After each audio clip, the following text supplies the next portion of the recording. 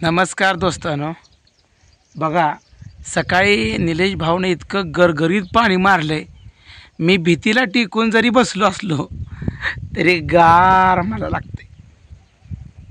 किती उन्हाळा आहे बघा. असल्या धगधगत्या उन्हाळ्यात बघा आपलं बांधकाम सुद्धा गार लागते, एकदम भारी. बघा तुम्हाला सांगतो, हे निम्म बांधकाम झालेलं आहे. निम्म म्हणजे अजून तरी 3-4 दिवस लागतील हे पूर्ण व्हायला. त्यानंतर पुढची बाजू, त्यानंतर ती दुसरी बाजू. म्हणजे काम इतकं झपाट्यानं चालू आहे. कारण का पुन्हा अवकाळी पाऊस जर आला तर अवकाळी पावसामुळं सिमेंटचं नुकसान होऊ नये म्हणून एवढी खटाटोप चालू आहे. कारण जितक्या जलद आपलं घर पूर्ण होईल तितकं भारी. अहो शेडमध्ये पसारा ठेवला आहे, तरी शेडमध्ये सुद्धा वारं जर भयानक सुटलं, चक्रीवादळ, तर कागद एक फाटून गेला आहे. म्हणजे कागदाचं सुद्धा नुकसान झालं आहे. राव काय सांगायचं आहे तुम्हाला. सिमेंट बाहेर पडलं आहे, इटा अशा बाहेर पडल्या. तर इटेला काय होत नाही. इटेला पाऊस किती जरी आला तरी काय सुद्धा होत नाही. फक्त वाटोळे त्या सिमेंटचं होतं बघा. आणि ही काय लगेच यंत्र नाही लगेच व्हायला.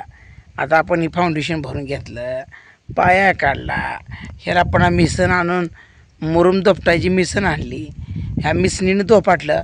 त्यामुळे तुम्हाला सांगतो, हवा दाखवतो, हवा कसं आहे, एकदम भारी झाले का नाही. जागा एकदम भारी झाला आहे. आता जरी हे आपण बांधकाम केलं आणि घर सारवायचं म्हणलं शेणानं तरीसुद्धा सारवायला येते. म्हणजे परशी बसवावी असा काही नियम नाही. म्हणजे सारवलेलं घरसुद्धा मला आवडतं. मग ही सारवलं तर एकदम टकाटक दिसणार आहे. पण ह्या घराला प्लॅस्टर झाला पाहिजे. म्हणजे इटंचं बांधकाम आणि प्लॅस्टर हे बका बका बका बका झालं पाहिजे. कारण का पावसाच्या तोंडावर तरी आपल्या घराचं कामकाज पूर्ण झालं ना. खिडकी आणली द्या, दरवाजा आणले, तर आता हे पुन्हा बसवून घ्यायचं, खिडक्या बसवून घ्यायच्या, त्यानंतर प्लॅस्टर फत्र ठोकून घ्यायचं. म्हणजे अजून लय काम आहे ती बघा. आणि एवढी कामं करायला पण वेळ लय लागतो हो, काय सांगायचं. कारण का उन्हाळा कडक पडला आहे. उन्हाळा म्हणजे इतका उन्हाळा की दुपारी 12 वाजल्यापासून दुपारी 3 वाजेपर्यंत तर घराच्या बाहेर निघूच वाटत नाही. अहो साधी जनावर पाणी पाजायचं म्हणलं तर मस्त गरम झार होते, लय लय गरम झार होते मस्त. कारण का उन्हाळाच कडक आहे हो. दरवर्षी उन्हाळा वाढत जातोय, काय सांगायचं. आता पाण्याची सुद्धा कमतरता व्हायला लागली आहे बघा. पण आहे नशिबानं आपल्या घराच्या बांधकामापुरतं तरी पाणी आहे. म्हणून पुन्हा एका बारीला जर कमी पडलं तर काय करायचं.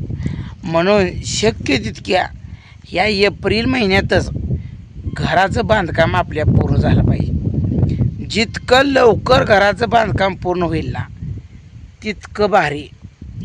कारण का उशिरा झाला तर पुन्हा लय अडचणीला सामोरं जावं लागतं. आणि तुम्हाला माहीत आहे, मी एके दिवशी बॅलर भरून ठेवला होता आणि 2-4 दिवस झालं त्या बॅलरातलं पाणीच घेतलं नव्हतं. आणि 4-5 दिवसांनी फक्त तर बॅलरला अर्ध झालता.